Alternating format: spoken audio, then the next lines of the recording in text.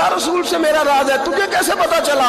तो उमर बिन अब्दुल अजीज के ज़माने में ना एक सैयद साहब कहते मेरी 4 बेटियां थी तो मुझे ज़रूरत थी, मेरी कोई मदद नहीं हो रही थी, मैं दुरूद शरीफ पढ़ते पढ़ते सो गया तो मुझे ख्वाब में महबूब पाक का दीदार नसीब हुआ। फरमाते मैंने इस्तगासा पेश किया कि हुजूर परेशान हूँ, बेटियों का बाप हूँ। तो नबी पाक अलैहिस्सलाम ने फरमाया तो उमर बिन अब्दुल अजीज के पास जाओ।